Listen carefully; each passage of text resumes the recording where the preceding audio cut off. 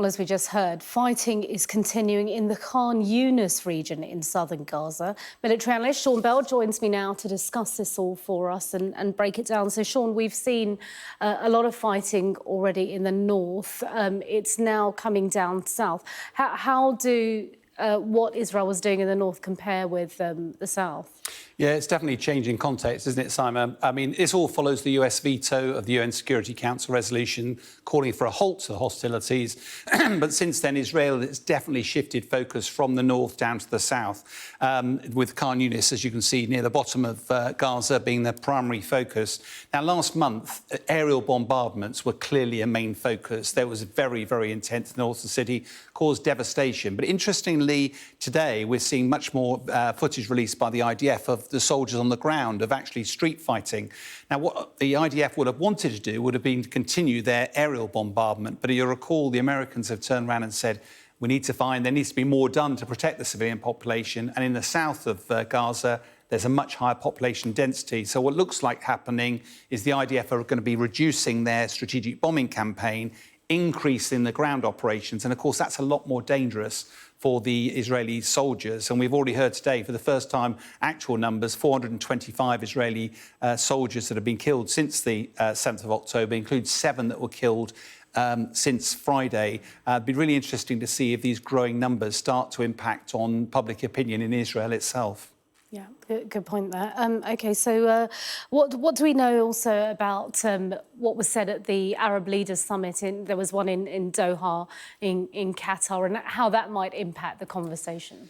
Yeah, the Doha Forum conference, there was lots of Arab leaders there, but the one thing that all of them were making very strong statements about the American position, particularly.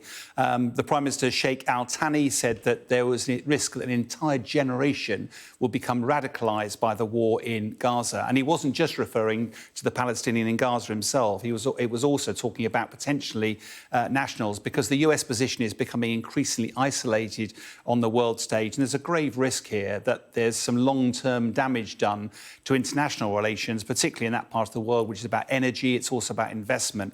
But of course, to be clear, it's also not just about the Arab world. We're seeing pictures here from the United Nations Security Council. 13 of the 15 nations were very clear that they wanted the hostilities to stop. And those nations, including France, China and Russia as well. And that's growing international concern about the impact of the military action, whether it will actually deliver results, but actually it's also delivering a spiralling humanitarian crisis at the same time. Yeah, nevertheless, as we've seen in these pictures, there was a veto to a ceasefire from the United States. They exercised their right to veto at the UN Security Council. How long do you think they can continue with that track? The window for US support for Israel's military action is definitely closing.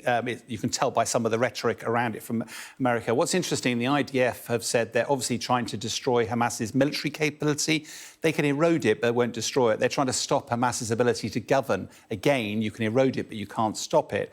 And bluntly, one fighter with a pistol is a military capability, and you can destroy the weapons dumps, but they're easily replaced. I've no doubt Iran is sitting in the wings. We're very happy to resupply. Hamas's real strong point is the subterranean tunnel network, this tunnel, the Gaza metro. And unless the IDF find a way of getting into that, destroying it, or at least dominating it, which they will take weeks, maybe months to deliver, and there just isn't time for that. So the focus at the moment for the Israelis seems to be on the Hamas leadership.